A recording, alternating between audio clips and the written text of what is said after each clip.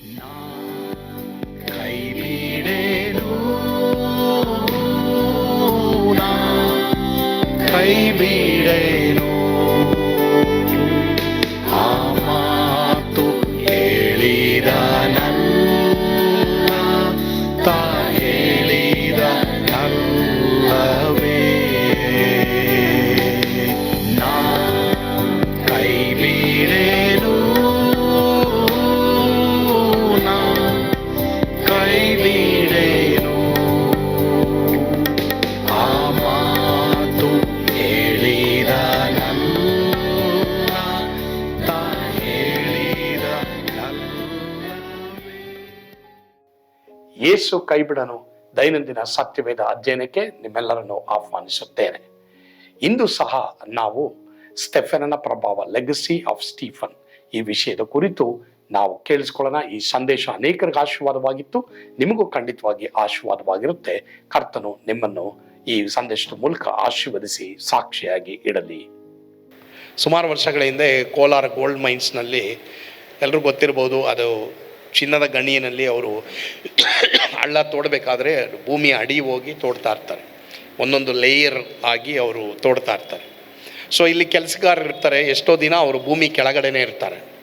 ಆ ಟೈಮಲ್ಲಿ ಅವರು ಕ್ರೇನ್ನಲ್ಲಿ ಮಿಷಿನ್ನಲ್ಲಿ ಹಳ್ಳ ತೋಡೋರ ಜೊತೆಗೆ ಒಬ್ಬ ಹುಡುಗ ಇದ್ದ. ಇವನು ಚರ್ಚಿಗೆ ಬರೋವನು. ಇವನು ಯಾವಾಗಲೂ ಏನು ಮಾಡೋವನಂದರೆ ಮಧ್ಯಾಹ್ನ ಊಟನ ಏನು ಮಾಡೋವನು, ತಗೊಂಡು ಅವನು ಒಂದು ಕಡೆಗೆ ಹೋಗ್ಬಿಟ್ಟು ಪ್ರಾರ್ಥನೆ ಮಾಡಿ ಊಟ ಮಾಡೋನು. ಇವನ ಜೊತೆ ಇರೋರು ಎಲ್ಲರೂ ಅವನ್ನ ನೋಡಿ ಗೇಲಿ ಮಾಡ್ತಾಯಿದ್ರು. ಏನಪ್ಪ ಬೈಬಲ್ ಓದ್ತಾನೆ, ಏನಪ್ಪ ಇವನು ಪ್ರಾರ್ಥನೆ ಮಾಡ್ತಾನೆ ಅಂತೇಳಿ ಅವನ್ನ ಗೇಲಿ ಮಾಡ್ತಾಯಿದ್ರು. ಆದರೂ ಪ್ರತಿದಿನ ಅವನೇನು ಮಾಡ್ತಾಯಿದ್ದ, ಪ್ರಾರ್ಥನೆ ಮಾಡಿನೇ ಬೈಬಲ್ ಓದಿನೇ ಅವನು ಏನು ಮಾಡ್ತಿದ್ದ, ಊಟ ಮಾಡ್ತಿದ್ದ. ಕೆಲವರೆಲ್ಲ ಹೋಟ್ಲಿಗೆ ಹೋದರೆ ಪ್ರೇಯರ್ ಮಾಡಲ್ಲ, ಹೋಟ್ಲಿಗೆ ಹೋದರೆ ಪ್ರೇಯರ್ ಮಾಡ್ರಿ, ಜನ ನಿಮ್ಮನ್ನು ನೋಡಲಿ, ಪರವಾಗಿಲ್ಲ, ಏನು ಹೇಳಿದ್ರು ಪರವಾಗಿಲ್ಲ, ನೀವು ದೇವರಿಗಾಗಿ ನಿಲ್ರಿ, ಸತ್ಯವೇದಕ್ಕಾಗಿ ನಿಲ್ರಿ, ಯೇಸುವಿಗಾಗಿ ನಿಲ್ರಿ ಅಮ್ಮ. ದೇವ್ರಿಗಾಗಿ ನೀವು ನಿಂತರೆ ನಿಮಗಾಗಿ ಒಂದು ಬಾಗಿಲನ್ನು ದೇವ್ರು ತೆರೀತಾರೆ. అయ్యో జన ఏం ಹೇಳ್ತಾರೋ, ನನ್ನ రిలేటివ్స్ ఏం ಹೇಳ್ತಾರೋ, వాళ్ళు ఏం చెప్తారో, వీళ్ళు ఏం చెప్తారో అనేసి మీరు బైబిల్ చదువుకుంటానే ప్రార్థన చేయకుండానే ఉంటే ದೇವ್ರು ನಿಮಗೆ ಬಾಗಿಲು ತೆರೆಯಲ್ಲ. ಸೊ ಇವನೇನು ಮಾಡ್ತಾಯಿದ್ದ, ಆ ಥರ ಬೈಬಲ್ ಓದಿ ಪ್ರಾರ್ಥನೆ ಮಾಡಿ ದಿನ ಇವನ್ನ ಗೇಲಿ ಮಾಡೋರು. ಒಂದು ದಿನ ಏನಾಗೋಯ್ತು, ಇವನಿಗೆ ಊಟ ಬಂದಿಲ್ಲ. ಇವನ ಮ್ಯಾನೇಜರ್ ಏನು ಮಾಡಿದ್ರು, ಇವನ್ನ ಊಟ ಬಂದಿಲ್ಲ ಅಂತ ಸರಿ ಸೂಪರ್ವೈಸರ್ ಹೇಳಿದ್ರು, ಅವನ ಮೇಲಕ್ಕೆ ಕರ್ಕೊಂಡೋಗ್ರಿ, ಕ್ರೇನಲ್ಲಿ ಮೇಲೆ ಹೋಗಲಿ, ಅಲ್ಲಿ ಅವ್ರ ಅಮ್ಮನ ಯಾರೋ ಬಂದಿದ್ದಾರೆ ಊಟ ಕೊಡ್ತಾರೆ ಅಂದರೆ ಮೇಲಕ್ಕೆ ಕರ್ಕೊಂಬಂದ್ಬಿಡು, ಯಾವುದೋ ಒಂದು ಹಂತಕ್ಕೆ ಕರ್ಕೊಂಬಂದ್ಬಿಟ್ಟವ್ರೆ. ಇವನು ಬಂದು ಒಂದು 5 ನಿಮಿಷ ಆಗಿಲ್ಲ, ಭೂಮಿ ಕುಸಿದ್ಬಿಟ್ಟು ಇವನ್ನ ಯಾರ್ಯಾರು ಗೇಲಿ ಮಾಡ್ತಾಯಿದ್ರೋ ಎಲ್ಲರೂ ಔಟ್. ನಾನು ಹೇಳ್ತೀನಿ ಕೇಳ್ರಿ, ಎಲ್ಲರೂ ಗಮನ ಇಡಿ. ನೀವು ಯೇಸುಸ್ವಾಮಿಗಾಗಿ ನಿಂತರೆ, ನೀವು ಬೈಬಲ್ ಓದೋಕ್ಕಾಗಿ ನಿಂತರೆ, ಪ್ರಿಯರೇ, ಜನರು ನಿಮ್ಮ ಮೇಲೆ ಎಸೆಯುವಂಥ ಕಲ್ಲುಗಳನ್ನು ನೀವು ನೋಡಬೇಡ್ರಿ, ಯೇಸುವಿನ ಸಿಂಹಾಸನ ನೋಡ್ರಿ. ಇವ್ರು ಕಲ್ಲು ಎಸಿತಾ ಇದ್ರು ಸ್ಟೆಫೆನನ ಮೇಲೆ. ಸ್ಟೆಫೆನ ಏನು ತಪ್ಪು ಮಾಡ್ದ? ಜನರಿಗೆ ಬೋಧನೆ ಮಾಡ್ತಾ ಇದ್ದ, ಜನರಿಗೆ ಒಳ್ಳೆಯದನ್ನು ಹೇಳ್ಕೊಡ್ತಾ ಇದ್ದ, ಜನರಿಗೆ ಸುವಾರ್ತೆಯನ್ನು ಸಾರ್ತಾ ಇದ್ದ. ಆದರೆ ಇವರೆಲ್ಲರೂ ಅವನ ಮೇಲೆ ಹೊಟ್ಟೆ ಕಿಚ್ಬಿಟ್ರೆ, ಅಮ್ಮ ನೋಡಿ, ನಾವು ಒಳ್ಳೇದು ಮಾಡಿದ್ರೆ ಜನ ನಮ್ಮ ಮೇಲೆ ಇಷ್ಟಪಡೋದಿಲ್ಲ. ನೀವು ಬೈಬಲ್ ಓದ್ತಾ ಇರೋದು, ಪ್ರಾರ್ಥನೆ ಮಾಡ್ತಾ ಇರೋದು ನಿಮಗಾಗಿ ಮಾತ್ರ ಅಲ್ಲದೆ ಮತ್ತೊಬ್ಬರಿಗಾಗಿ. ಜನಕ್ಕೆ ಇಷ್ಟ ಇಲ್ಲ, ಅದು ಸೈತಾನೇ ಮಾಡೋದು. ಆದರೆ ಅವನು ಮಾಡೋದನ್ನು ನೀವು ನೋಡಬೇಡಿ, ದೇವರ ಸಿಂಹಾಸನ ನೋಡಿ. ಕಲ್ಲೆಸಿತಾ ಇರಬೇಕಾದ್ರೆ ಅವನು ನಿಂತ್ಕೊಂಡಿರ್ತಾನೆ, ದೇವರ ಸಿಂಹಾಸನವನ್ನೇ ನೋಡ್ತಾ ಇರ್ತೀನಿ, ಮನುಷ್ಯ ಕುಮಾರನು ಯೇಸುವನ್ನು ನಾನು ನೋಡ್ತಾ ಇದ್ದೀನಿ ಎಂಬುದಾಗಿ ಹೇಳ್ತಾನೆ. ಕಲ್ಲೆಸಿಯವರೆಲ್ಲ ಏನು ಮಾಡಿದ್ರು ಅವಾಗ, ಇವನ ಮುಖವನ್ನು ನೋಡಿ, ಏನಪ್ಪ ನಾವು ಇಷ್ಟು ಕಲ್ಲು ಎಸೆದ್ರೂ ಇವನ ಮುಖ ದೇವದೂತನ ಮುಖದಂತೆ ಪ್ರಕಾಶಿಸ್ತಾ ಇದೆ ಎಂಬುದಾಗಿ ಹೇಳಿದ್ರು. ಅವನು ಅದನ್ನು ಕೇಳಿಸ್ಕೊಂಡ. ಬಟ್ ಕಡೆಗೆ ಸ್ಟೆಫೆನ ರಕ್ತ ಸಾಕ್ಷಿಯಾಗಿ ಹೊಸ ಒಡಂಬಡಿಕೆಯ ಸಭೆಯ ಮೊದಲನೇ ರಕ್ತ ಸಾಕ್ಷಿಯಾಗಿ ಸಾಯ್ತಾನೆ. ಬಟ್ ಆದರೆ ಅವನು ಸಾಯಕ್ಕಿಂತ ಮುಂಚೆ ಏನು ಮಾಡ್ತಾನೆ ಗೊತ್ತಾ, ಒಂದು ಪ್ರಾರ್ಥನೆ ಮಾಡ್ತಾನೆ. ಸ್ವಾಮಿ, ಇವ್ರು ಯಾರು ನನ್ನ ಮೇಲೆ ಕಲ್ಲು ಎಸೆದ್ರೋ ಇವ್ರನ್ನ ಕ್ಷಮಿಸು. ಇವ್ರು ಏನು ಮಾಡ್ತಾರೆ ಅಂತ ಇವ್ರಿಗೆ ಗೊತ್ತಿಲ್ಲ. ಇವತ್ತು ನನ್ನ ಮೆಸೇಜಲ್ಲಿ ಲಾಸ್ಟ್ ಪಾಯಿಂಟ್ ಏನು ಗೊತ್ತಾ, ಯಾರು ನಿಮಗೆ ತಪ್ಪು ಮಾಡಿದ್ದಾರೆ ಅವ್ರನ್ನ ಕ್ಷಮಿಸ್ರಿ. ಯಾರು ಮಾಡಿದ್ದಾರೆ ತಪ್ಪು, ಯಾರು ನಿಮಗೆ ಕಲ್ಲೆಸಿದ್ದಾರೆ, ಯಾರು ನಿಮ್ಗೆ ಅನ್ಯಾಯ ಮಾಡಿದ್ದಾರೆ, ಯಾರು ನಿಮ್ಗೆ ಮೋಸ ಮಾಡಿದ್ದಾರೆ, ಯಾರು ನಿಮ್ಮನ್ನು ವಂಚಿಸಿದ್ದಾರೆ, ಯಾರು ನಿಮಗೆ ನೀನು ಒಳ್ಳೇದು ಮಾಡಿದ್ರು ನಿನ್ನ ಮೇಲೆ ಕಲ್ಲು ಎಸೆಯೋದು ಮಾಡ್ತಾ ಇದ್ದಾರೆ, ದೇವರೇ ನಾನು ಅವ್ರನ್ನ ಕ್ಷಮಿಸ್ತೀನಿ. ನೀವು ನೋಡ್ರಿ, ದೇವರು ನಿಮಗೆ ದೊಡ್ಡ ಬಾಗಿಲನ್ನು ತೆರೀತಾರೆ.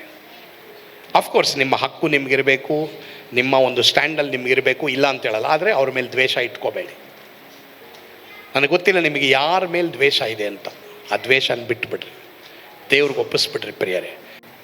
ಕ್ಷಮಿಸ್ಬೇಕು. ಎಲ್ಲ ಹೇಳಿ ಕ್ಷಮಿಸ್ತೀನಿ ಅಂತೇಳಿ. ಯಾರು ನಿಮಗೆ ತಪ್ಪು ಮಾಡಿದ್ದಾರೆ ಅಮ್ಮ, ನಿಮ್ಮ ಕುಟುಂಬದ, ನಿಮ್ಮ ಫ್ಯಾಮಿಲಿಯಲ್ಲಿ ಮುಖ್ಯವಾಗಿ ಯಾರು ನಿಮ್ಮ ತಪ್ಪು ಮಾಡಿದ್ದಾರೆ ಅವ್ರನ್ನ ಕ್ಷಮಿಸ್ರಿ. ಯಾರು ಇವತ್ತು ಮೊದಲನೇದಾಗಿ ಇಲ್ಲಿ ಬಂದಿದ್ದೀರಾ, ಯೇಸುವೆ ನಿನ್ನನ್ನು ನನ್ನ ದೇವರು ಕರ್ತನಾಗಿ ಅಂಗೀಕರಿಸ್ಕೊಳ್ತೀನಿ, ನನ್ನ ಪಾಪ ಬಿಟ್ಟು ನಿನಗಾಗಿ ನಾನು ಜೀವಿಸ್ತೀನಿ, ನಿನ್ನ ರಕ್ತದ ಮೂಲಕ ನಾನು ತೊಳಿ ಶುದ್ಧ ಮಾಡುವೆ ಎಂಬುದಾಗಿ ಕೇಳ್ರಿ. ಎರಡನೇದಾಗಿ ಒಂದು ವೇಳೆ ಯಾರಾದರೂ ಕಾಯಿಲೆ, ವೇದನೆ, ದುಃಖದಿಂದ ಇಲ್ಲಿ ಬಂದಿದ್ದೀರಾ ಅಮ್ಮ, ಇವತ್ತು ನೀ ಕ್ಷಮಿಸು, ನಿನ್ನ ದೇವರು ಈಗಲೇ ಬಿಡುಗಡೆ ಮಾಡ್ತಾರೆ. ಅನೇಕರು ನಿಮಗೆ ಕಲ್ಲು ಎಸ್ತಿರ್ಬೋದಮ್ಮ, ಮಾತುಗಳಿಂದ ನಿಮಗೆ ಕಲ್ಲು ಎಸ್ತಿರ್ಬೋದು. ನೀನು ಒಳ್ಳೆಯದೇ ಮಾಡಿದೀಯ, ನಿನ್ನಲ್ಲಿ ಅನ್ಯಾಯ ಇಲ್ಲ, ನೀನು ಒಳ್ಳೆಯದೇ ಮಾಡಿದ್ಯಾ, ನೀನು ಒಳ್ಳೆಯವಳು, ನೀನು ಒಳ್ಳೆಯವನು, ನೀನು ಬೈಬಲ್ ಓದ್ತಾ ಇದೆಯಾ, ನೀನು ಪ್ರಾರ್ಥನೆ ಮಾಡ್ತಾ ಇದೆಯಾ, ನೀನು ದೇವ್ರಿಗಾಗಿ ನಿಂತಿದೆಯಾ, ನೀನು ಸತ್ಯಕ್ಕಾಗಿ ನಿಂತಿದೆಯಾ, you are standing for truth. ಆದರೆ ಅಮ್ಮ, ನೀವು ಯಾವಾಗ ಹೃದಯದಿಂದ ಕ್ಷಮಿಸ್ತೀರೋ ನಿಮ್ಮ ಮುಖ ಯಾವ ರೀತಿ ಇರುತ್ತಮ್ಮ? ಯಾವ ಬ್ಯೂಟಿ ಪಾರ್ಲರಲ್ಲೂ ನಿನ್ನ ಮುಖವನ್ನು ಯಾರು ಬೆಳ್ಳಗೆ ಮಾಡಲ್ಲಮ್ಮ. ಬೆಚ್ಕಟ್ತೀನಿ ನಾನು. ಬ್ಯೂಟಿ ಪಾರ್ಲರ್ಗಳಲ್ಲಿ ಏನು ಮಾಡ್ತಾರಮ್ಮ? ಮೆತ್ತುತ್ತಾರಲ್ವಮ್ಮ. ನಾನು ಮೊದಲು ಫೇರ್ ಆ್ಯಂಡ್ ಲವ್ಲಿ ಆಗ್ತಾಯಿದ್ದಮ್ಮ. ಭಾನುವಾರ ನಿಮ್ಗೆ ಗೊತ್ತಿಲ್ಲ, ಅಯ್ಯೋ ಸ್ಕೂಲ್ಗೆ ಹೋಗ್ಬೇಕಾದ್ರೆ ಏನು ಮಾಡ್ತಿದ್ದೆ ಗೊತ್ತಾ? ಆವಾಗಿನ ಕಾಲದಲ್ಲಿ, ಇವಾಗೆಲ್ಲ ಸ್ನೋ ಸಮ್ಮು, ಲವ್ಲಿ ಸಮ್ ಇರೋದು. ಆವಾಗಿನ ಕಾಲದಲ್ಲಿ ಚುಣ್ಣಾಂಬು, ಏನು ಗೊತ್ತಾ? ಸುಣ್ಣ ಕುಚ್ಚುಮಟ್ಟೆ ತಗೊಂಡು ಏನು ಮಾಡ್ತಾಯಿದ್ರಪ್ಪ? ಸುಣ್ಣ ಏನು ಮಾಡ್ತಾಯಿದ್ರು, ಅದನ್ನು ಬಳಿತಾಯಿದ್ರು.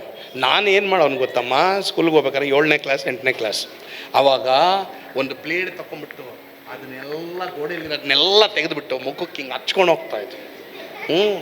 ನಾನು ನೋಡಿದ್ರೆ ಎಲ್ಲರೂ ಸ್ವಲ್ಪ ಚೆನ್ನಾಗಿದ್ದಾನೆ ಅಂತ ಅಂದ್ಕೊಡ್ಲಿ ಅಂತ ಹೋಗ್ತಾ ಇದ್ನಮ್ಮ. ತಿರ್ಗಾ ಬಂದು ಮುಖ ತೊಳೆದ್ರೆ ಏನೂ ಇಲ್ಲ. ಆದರೆ ಎಲ್ಲರೂ ದೇವರು ನನಗೊಂದು ಪಾಠ ಕಲಿಸಿದ್ರು, ಮಗನೇ, ಆತನನ್ನೇ ದೃಷ್ಟಿಸಿದವರ ಮುಖ ಪ್ರಕಾಶವನ್ನುವುದು ಅದು ಲಜ್ಜೆಯಿಂದ ಕೆಡುವುದೇ ಇಲ್ಲ. ಹಲ್ಲೆಲೂಯಾ. ಭಾನುವಾರಗಳು ಫೇರ್ ಆ್ಯಂಡ್ ಲವ್ಲಿ ಹಾಕ್ಕೊಂಬರ್ತಾ ಇದೆ, ಇನ್ನೂ ಕಪ್ಪಗೆ ಆಗ್ಬಿಡ್ತಾ ಇದೆ ನಾನು. ಆಮೇಲೆ ಬಿಸಾಕ್ಬಿಟ್ಟೆ ನೋಡಮ್ಮ, ಇವಾಗ ಮುಖಕ್ಕೆ ಯಾವುದು ಹಾಕೊಳ್ಳಲ್ಲ ನಾನು. ಬಟ್ ನಾನೇನು ಹೇಳ್ತೀನಿ ಗೊತ್ತಾ, ಎಲ್ಲರೂ ಗಮನ ಇಡಿ. ನಿನ್ನ ಮುಖ ದೇವದೂತನ ಮುಖದಂತೆ ಪ್ರಕಾಶಿಸಬೇಕಾದ್ರೆ ನಿನ್ನಲ್ಲಿರಬೇಕಾಗಿದೆ ಏನು ಗೊತ್ತಾ? ಸ್ವಾಮಿ, ನನ್ನ ಹೃದಯದಲ್ಲಿ ನೀನಿರಪ್ಪ, ನನಗೆ ಯಾರು ತಪ್ಪು ಮಾಡಿದಾರೋ ನಾನು ಅವ್ರನ್ನ ಕ್ಷಮಿಸ್ತೀನಿ. ಎಲ್ಲ ಕರಗಳ ಮೇಲೆ ಕೆತ್ತರಿ, ಎಲ್ಲ ಕರಗಳ ಮೇಲೆ ಕೆತ್ತರಿ. All children, come on children, lift up your hand. ಎಲ್ಲ ಹೇಳಿ, ಯೇಸುವೆ, ನಾನು ನನಗೆ ತಪ್ಪು ಮಾಡಿದವರನ್ನ ಈ ದಿನ ಹೃದಯಪೂರ್ವಕವಾಗಿ ಕ್ಷಮಿಸುತ್ತೇನೆ. ಯೇಸುವೆ, ನನ್ನ ಹೃದಯದಲ್ಲಿ ನೀನೇ ಮಾರ್ಗವಾಗಿಯೂ ಸತ್ಯವಾಗಿಯೂ ಇರು ಸ್ವಾಮಿ. ನನ್ನನ್ನು ನೋಡಿದವರು, ನನ್ನ ಮುಖವನ್ನು ನೋಡಿದವರು ದೇವದೂತನ ಮುಖದಂತೆ ಕಾಣುವ ಹಾಗೆ ಸಹಾಯ ಮಾಡು. ಯೇಸುವಿನ ಹೆಸರಿನಲ್ಲಿ ಪ್ರಾರ್ಥಿಸ್ತೇನೆ. ಆಮೆನ್.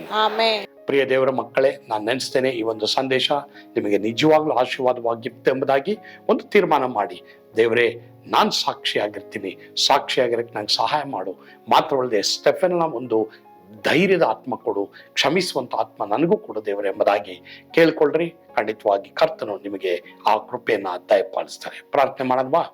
ಪರಮ ಪ್ರೀತಿಯುಳ್ಳ ತಂದೆ ಆದ ದೇವರು, ನಿಮಗೆ ಸ್ತೋತ್ರ. ಮುಖ್ಯವಾಗಿ ಯಾರ್ಯಾರು ವಿಶ್ವಾಸಿಗಳಾಗಿದ್ದಾರೋ, ಸೇವಕರಾಗಿದ್ದಾರೋ, ದೇವರೇ, ನಮ್ಮನ್ನು ಯಾವ್ಯಾವ ಸ್ಥಳದಲ್ಲಿ ಇಟ್ಟಿದೆಯೋ ಅಲ್ಲಿ ಒಂದು ಒಳ್ಳೆಯ ಪ್ರಭಾವ, ಲೆಗಸಿಯನ್ನು ಬಿಟ್ಟು ಹೋಗ್ಲಿಕ್ಕೆ ಆಗುವಂತೆ ದೇವರೇ, ಹೇಬೇಲನ್ನು ಸತ್ತಿದ್ದರೂ ಮಾತಾಡ್ತಾ ಇದ್ದಾನೆ ಎಂಬುದಾಗಿ ನಿನ್ನ ವಾಕ್ಯ ಇಡುವಾಗೆ ಅಂತ ಒಂದು ನಂಬಿಕೆ ಜೀವಿತ ನಾವೆಲ್ಲರೂ ಬಿಟ್ಟು ಹೋಗುವ ಕೃಪೆ ಕೊಡಪ್ಪ. ಯೇಸುವಿನ ಹೆಸರಿನಲ್ಲಿ ಪ್ರಾರ್ಥಿಸ್ತೇವೆ ಸ್ವಾಮಿ. Amen. God bless you. Yesu ನಿಮ್ಮನ್ನು ಕೈ ಬಿಡನು.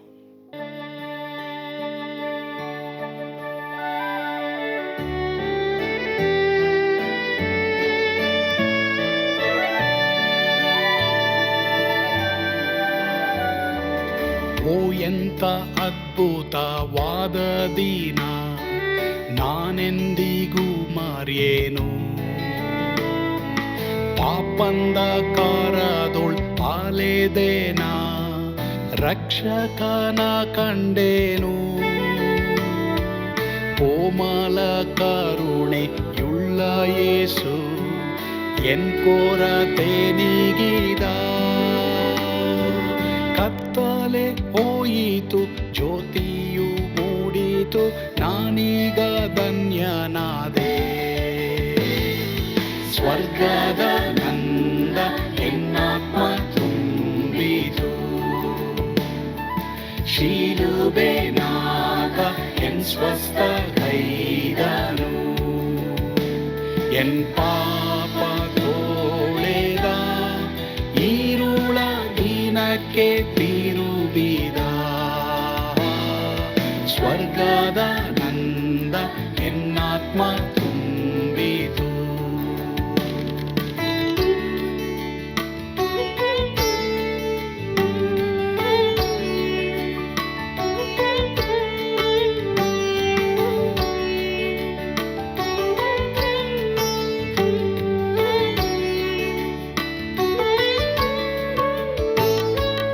ಆತ್ಮನ ನೂತನ ಜನ್ಮದಿಂದ ದೇವಪುತ್ರನಾದೇನು.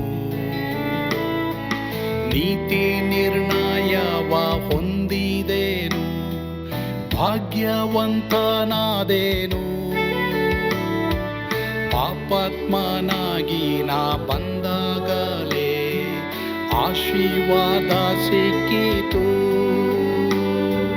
ಕೃಪೆಯ ಮೂಲವೇ ರಕ್ಷಣೆ ಹೊಂದಿದೆ, ಸುನಾಮ ಕೊಂಡಾಡುವೆ. ಸ್ವರ್ಗದ ನಂದ ಎನ್ನಾತ್ಮ ತುಂಬಿತು, ಶಿಲುಬೆನಾಥ ಎನ್ ಸ್ವಸ್ಥ ಕೈದನು. ಎನ್ ಪಾಪ ತೋಳೆದ ಈರುಳ ದಿನಕ್ಕೆ ತಿರುಗಿದ. ಸ್ವರ್ಗದ ನಂದ ಎನ್ನಾತ್ಮ ತುಂಬಿತು.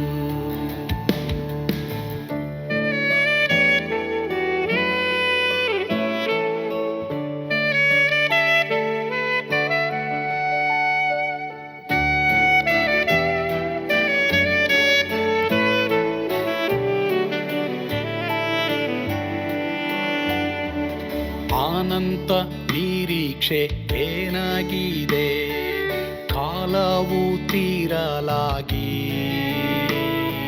ಸ್ವರ್ಗದ ಭವ್ಯ ಬಿಡಾರದಲ್ಲಿ ನಿತ್ಯವಾಗಿ ಇರುವೆ.